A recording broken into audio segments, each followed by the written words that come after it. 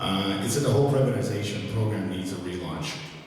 You want to demonstrate the effect of a successful privatization in Ukraine, and maybe you don't need to start with companies in over-regulated industries, the EBRD director added. You need to save them for later because they're the most difficult to privatize.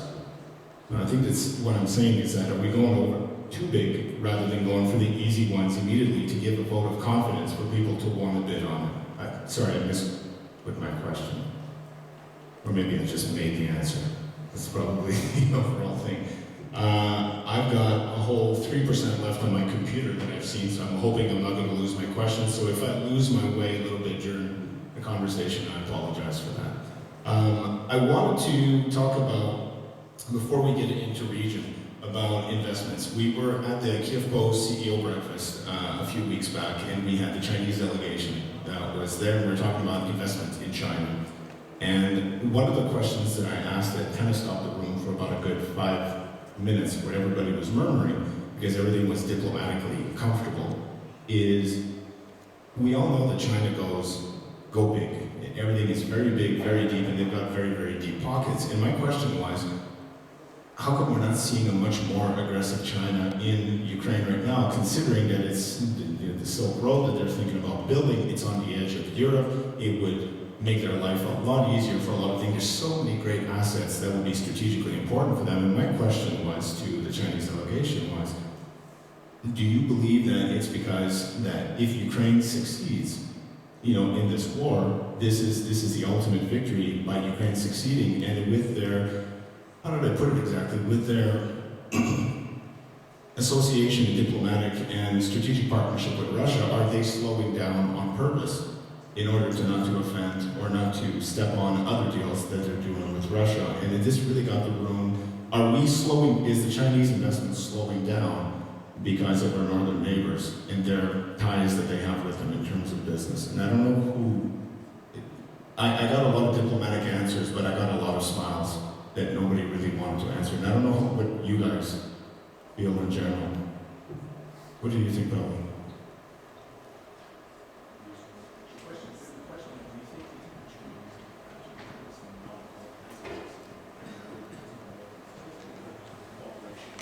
Sorry, this acoustics is terrible. I can see Luke talking, I hear the noise, but I almost do not hear the words. So I had to, listen to him again without the microphone. China. Look, I've lived and worked in Southeast Asia more than 3 years, which of course doesn't make me an expert at all, but at least I think I can more or less try to understand the way they think. By the way, corruption is not something that they get scared of. They more or less know how to do it. What scares them is when there is no stability, even in the deals which are, let me put it mildly, negotiated already. And Ukraine is quite famous in actually, failing to deliver on the deals which were pre-negotiated, and that drives them mad. That basically drives everybody mad. But the Western world gets mad just even knowing and hearing about corruption. Most of the companies, most of the countries. China is different, but when Ukrainian either entrepreneurs or bureaucrats just fail to deliver on pre-negotiated deals, they just have no clue how to deal with it, because that's not how they used to work, their country. So I don't think it's the issue of China versus Russia. I think it's our ability to execute. It's our ability to perform. It's our ability to deliver and do it on a consistent basis. I think that is the major. Talking about privatization and attracting good bidders and all that, but do you feel that the cloud of what's happening with Russia, do you think that this is influencing a lot of bidders who's possibly or interest in Ukraine in order to bid on these privatizations?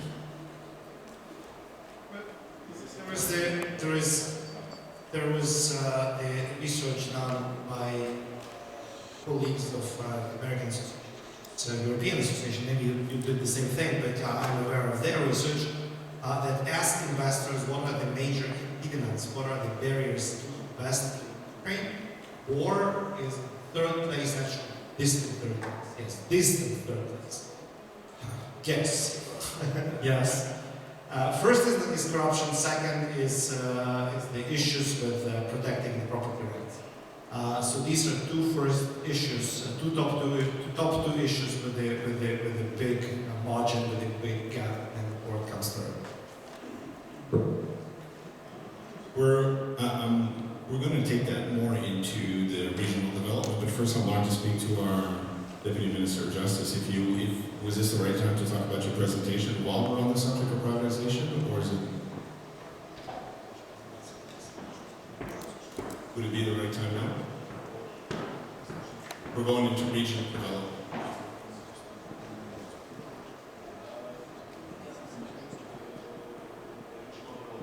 Okay, so we're going to go more into regional development. I think we've talked in general about everything in terms of privatization, what's wrong, what's happening. You've seen the big 2016, 2017, the last 2 years, not much has happened. So we're going to get into, it's a good thing that always keep a piece of paper in case your computer dies. That's a good way. I wanted to get more into the regional benefits, the potentials, and the risks, and that's why we invited the city of Mykolaiv at the same time, because in Kiev Post, we just did a big report on the city, and that's where I really got to discover Mykolaiv in a good way, and I thought that was Lviv this and Lviv that, but I got to really discover the great things that are happening in the city. So it's fantastic. What I would like to know, and anyone again can jump in on this, is decentralization. Andy, maybe you can give a politically correct answer on the pros and cons on it. Like, there are people saying it's good to decentralize, but there are people saying, no, it's just going to breed corruption on a regional basis. It's going to be out of check. So can you? I think if this panel is on two topics, privatization and regional development, personally I'm much more comfortable talking on something where we have results and there is some good news. Unfortunately, privatization is one of the things we put on the least on as in terms of results. But in terms of regional development, I'm very happy what we're seeing as our members. You mentioned Mykolaiv. We have very tangible cases. Bulgaria launched a $180 million seaport facility a couple of months ago. We have companies like Lactalis. We have PepsiCo, who have a large fruit juice plant. And we see this across the country. But I'm curious about one thing. The port in Mykolaiv it's got such a positive. Explain to me a bit about Odessa and the size. I mean, the sheer size I know, but explain to me why is Mykolaiv turning it so well versus maybe because the number one issue is the people. If you have good people, you have good things going on. We see this very tangible. Mykolaiv and we know some of the, well, I don't know the people personally, but what I hear from our members is that they can get things done. So this is very much focused on the people. You have good people, you have people that are open to investments, and the people not only to lure the investors coming in, but once they're in, they can solve their issues. And this is many cities. I mean, I was in Poltava 3 weeks ago. We have DuPont Pioneer have a very large seeds factory. In terms of Poltava for the gas extraction, we have, but this is across even places like Uzhhorod or Ternopil or across Western Ukraine, Ivano-Frankivsk. So we are seeing this, and we're seeing a good, healthy competition now amongst some of these regions and some of these cities, and they understand that the taxes that will be paid because of decentralization into local budgets, that is what they need to fight for. So they need to fight for the investors to showcase that their cities or their regions, and to attract the investors to come in and invest their dollars in their regions. Talking about investors, Roman, can you can you comment a bit about the investors from Canada, because I know it's been quite active on several fronts.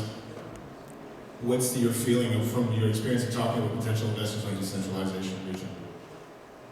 My feelings are very positive, and just like Andy's been saying, we have a project on local economic development and governance with the Federation of Canadian Municipalities for Oblasts, 16 cities in those oblasts. and I visited most of them, and they are out there. They are not just publishing brochures, they're recruiting companies, they are making sure that permits are issued fast. I was in Kolomea, Ivano-Frankivsk Oblast, small town of about 60,000, about a month and a bit ago.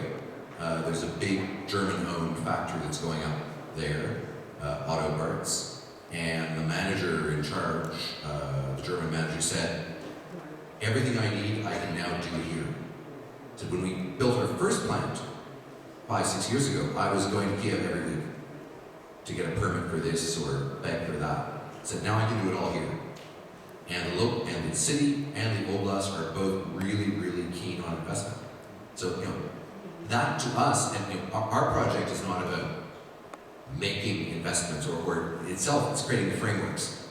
We were trying this stuff 4 or 5 years ago, and what you ended up with was a pile of beautiful strategies on nice paper and a whole bunch of workshops, but not much happening.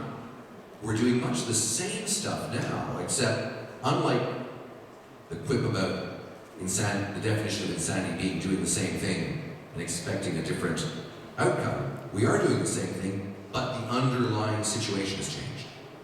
And we're getting different outcomes.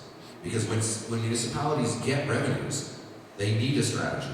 They need to talk to business, they need to talk to NGOs, they need to talk to people on their council, and develop a common vision of what you're doing with the town or city.